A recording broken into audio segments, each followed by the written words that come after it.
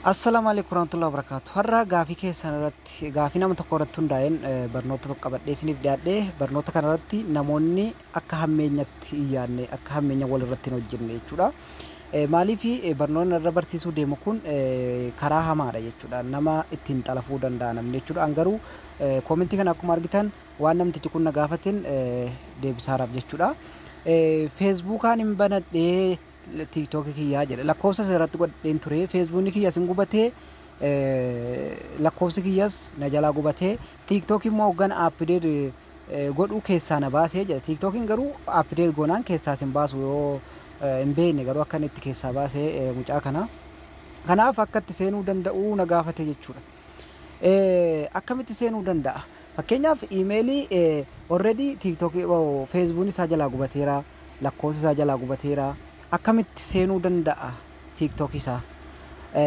Jalqaba hundi keessa wanti gochuu qabdan gaafa lakkoofsi keessan sin jalaa gubatee manage account kan jedhu kana dhuftanii iimeelii keessan irra godhachuu dirqama jechuudha.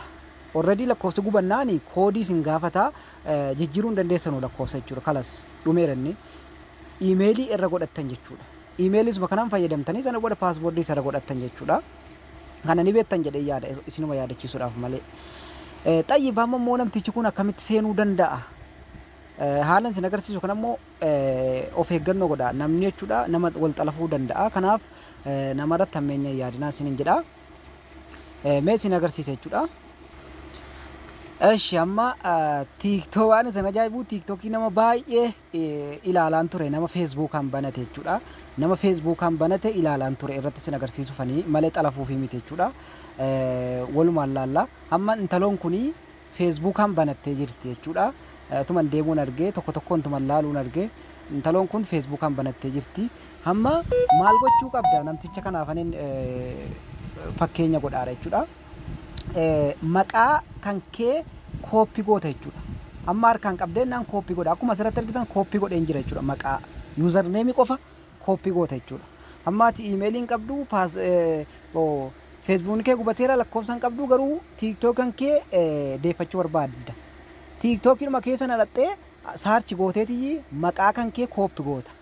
Maqaa kan kee kooppi gootee taami TikTokii gad buufatta Play Store irraa.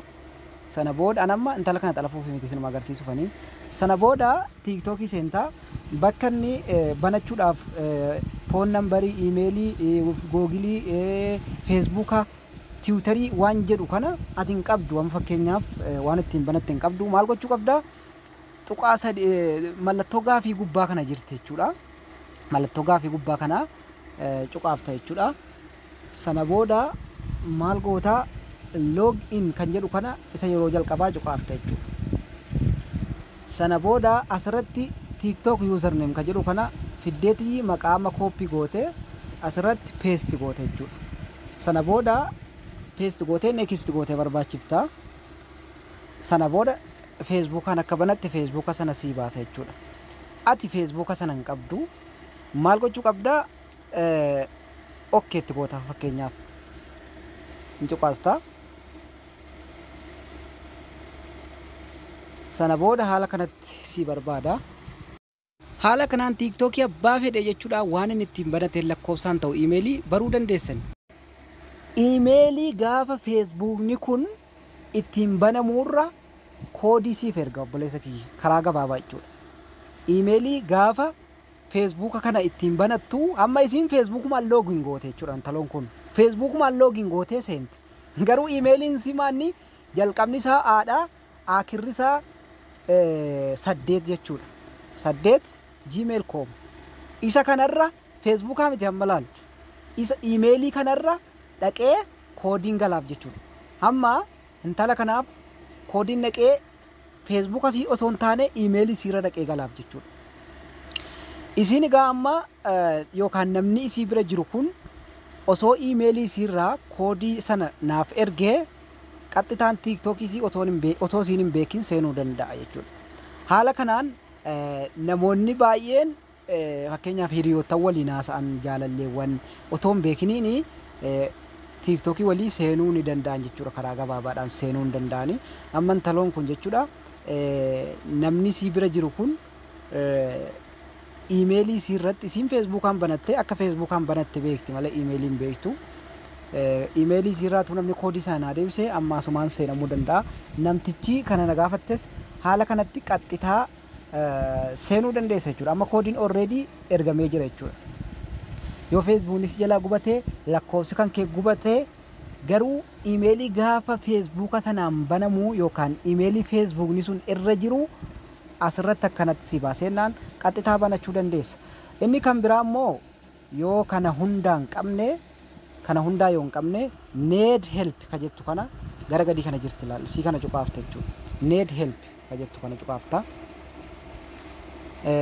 Sana booda asirratti report problem jedha. Woo kana hundaa hin qabne jechuudha. Maal gootaa asirratti TikTok kan keessanaa screenshot gootee fiddee asirra keessa. Asirra keessa barreeffaman asirratti si barreessu kana achirratti barreessite jechuudha. Barreeffama kana erga kanatti barreessee dhumarratti maqaa kan kee keessa jechuudha. Sana booda footoo wajjiniin post itti goota, report itti goota jechuudha. Sana booda si deebisanii kun egaa haala cimaa si barbaachisa, baay'ee rakkoo cimaa si barbaachisa. Achi booda wanna ati koomentii kan kee kana yoon barreessite akkami wanna baay'ee achi keessaan gaafii jarsi gaafatantu jira. Sana hundaa yoo deebifteef jechuudha kan kee ta'uu gaafa arragaaggatane kan kee ta'uu gaafa mirkaneeffatane jechuudha.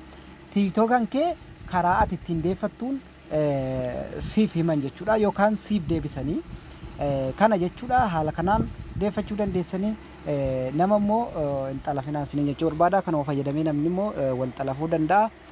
Kanan siniin jedha nagaa naa tura YouTube channel kee subscribe gochuun nagatina.